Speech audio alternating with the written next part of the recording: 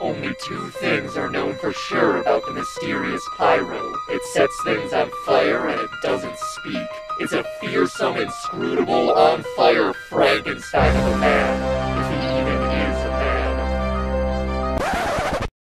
Only two things, Valve? Get ready to add to that list.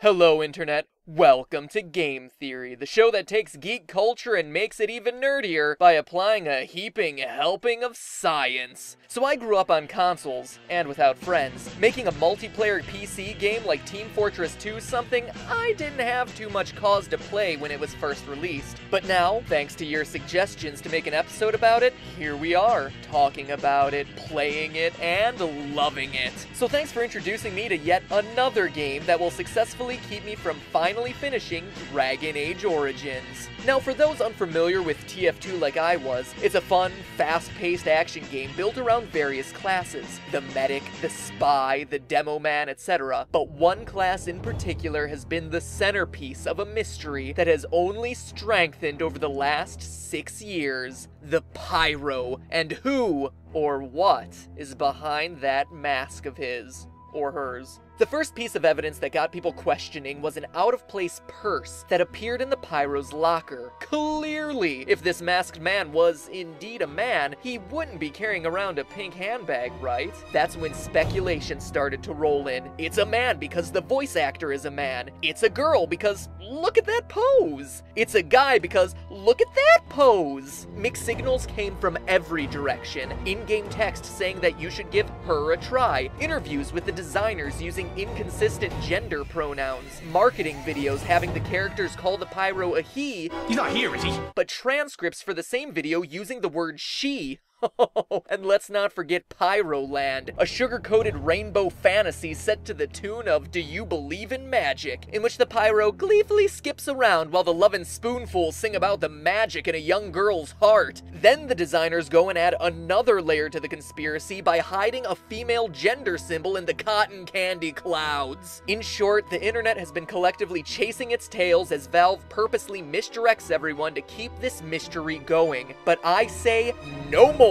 As the Nancy Drew of gaming, we're ending this speculation today. Call it MatPat in the case of the perplexing Pyro, but we're unmasking this masked thing so that we can all move on and Valve can finally release TF3, or Half-Life 3, or Portal 3, or all three. First, let's talk about the existing evidence, if it can be called that. The argument that, oh, the character is voiced by a man, means nothing. That would mean practically every character from South Park would also be a man because they're voiced by the same two guys. Same goes for Miss Piggy. Oh, and by that same logic, Ash Ketchum, Bart Simpson, Gohan, and Popeye would all be girls. And while I do question Ash's inability to close the deal with Misty and the painstaking hairstyles of Bart and Gohan, Popeye? Come on, it's Popeye! The only thing manlier would be a fighter jet made out of biceps. And regarding the purse, let's face it, we're living in the post-Queer Eye for the Straight Guy world, friends. A place in which manscaping, man purses, and the knowledge that a Homer Simpson t-shirt should never be worn with jean shorts gives you a distinct evolutionary advantage. If the Pyro wants to carry around a bedazzled daisy clutch, that's the Pyro's choice. But the second our favorite flame-spewing she-male admits to knowing it's called a clutch,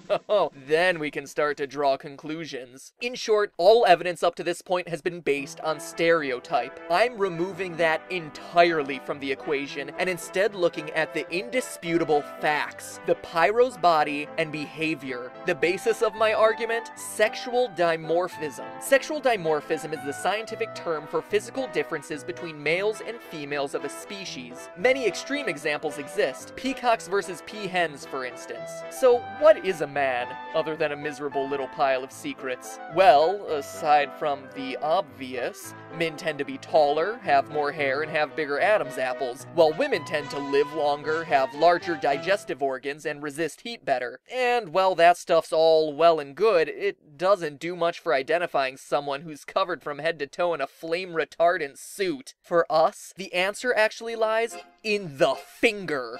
No, not that one.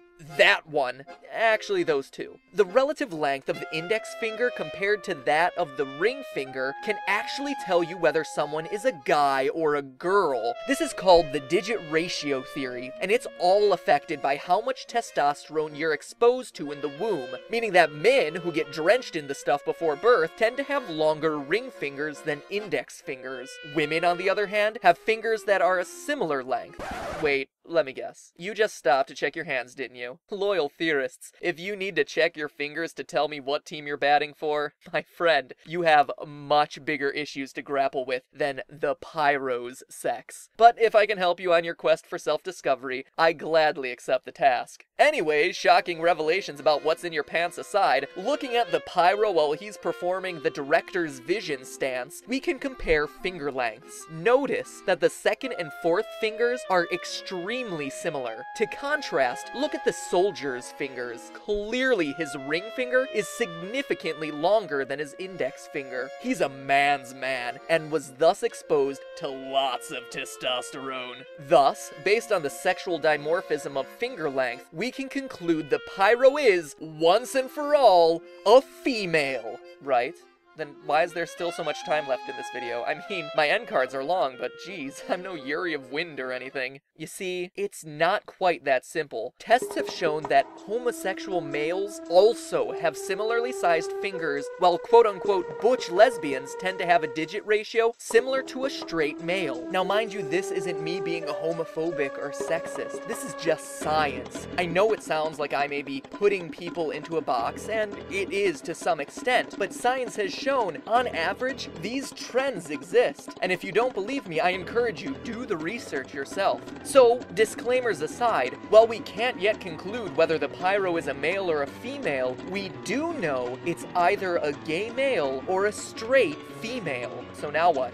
Well, let's check out the rest of his body. First, his feet. Women have smaller feet proportional to their height than men. Comparing the Pyro's feet to the other characters, his feet are just as large, if not larger, than the rest of the guys who are significantly taller than him. So that's a point solidly in the man column. Men also have longer torsos, and as you can see from the character model, the Pyro is definitely not lacking in torso space. In fact, he's almost the masculine ideal. Studies have shown women are more attracted to men whose leg height matches their torso height, and for the Pyro, his legs are the length of 3 Pyro heads, as is his torso. So under that mask could be a very beautiful man. Or a slightly stocky woman. Another physical marker separating males from females is the biacromial width, aka broad shoulders, something the Pyro's slumpy, slopey shoulders clearly seems to lack. But more importantly than absolute shoulder width is the proportion to the rest of the body. The average US male is 5 foot 10 inches tall, or about 1.78 meters, and his shoulders tend to be 18¼ inches, or 46 centimeters wide. That's a shoulder to height ratio of about 0.26. The average woman, conversely, stands at 5 foot 4.5, or 1.64 meters, with shoulders at 15 inches or 38 centimeters, a ratio of 0.23. The Pyro, as depicted in this height chart, meanwhile, stands at 300 pixels tall, with shoulders that are 80 pixels wide, bringing his shoulder to height ratio exactly to 0.26, the ideal ratio for an average man. So while his biacromial width seems narrow when compared to hyper-masculine beasts like the soldier, his ratio is right on target for him to be a less testosterone-driven man. So physically, the Pyro fits all the characteristics of a potentially homosexual male. But is there any other evidence? Well, in the Meet the Pyro video, we get to see the world through the Pyro's eyes. And what we see is a 10-year-old girl's paradise, replete with rainbows, candy, and flying ponies. But as we all know, rainbow ponies are popular both with underage girls and a select group of 20-something males, so no strong evidence there. However, what's more important about this video is the disconnect between how the Pyro sees the world and what's actually happening. The Pyro here is experiencing an intense level of visual and auditory hallucination, a strong indicator that he suffers from schizophrenia. Schizophrenia is a mental illness that makes it difficult to differentiate between what's real and what's not real. Research has shown that schizophrenic hallucinations tend to involve vivid, colorful scenes, can sometimes include animals, and can elicit extreme emotional reactions, including tremendous pleasure. In other words, Pyroland in a nutshell. So how does all of this identify the sex of the Pyro? While schizophrenia affects both men and women equally, gay and bisexual men show twice the rate of schizophrenia than any other group. That goes alongside another astounding fact, that 90% of clinically treated cases of pyromania are males. In other words, the final, scientifically proven answer to the sex of TF2's Pyro, he's a homosexual male. Not based on stereotypes, not based on circumstantial evidence, but based on biological science. His fingers, his body shape, his mental condition. And even if you don't believe me, I think that there's one thing we can all agree on. Gay or not, the Pyro is one big flamer. But hey, that's just a theory. A game theory. Thanks for watching. Hey, this video was super long, so let's make this short. As a theorist, it's pretty clear that I like numbers, research, and running tests, right? So over the next few videos, I'm running a super amazing end card tournament in an effort to find what the most clickable end card button ever would be. This week's competition, cute kittens versus boobs. The one with the most clicks progresses to the next round. They'll both take you to the channel page, so while you're there, check out another video. And if you haven't yet, subscribe, because I guarantee no other channel goes to the lengths this one does to unearth gaming's biggest secrets. Like, seriously, I spent 10 hours researching stuff for this video. It's kind of insane. It's also good that I don't have much of a social life. So click on one. I'm done talking and really want to see which one you choose. Kittens or boobs? It's like the two reasons the internet exists going head to head.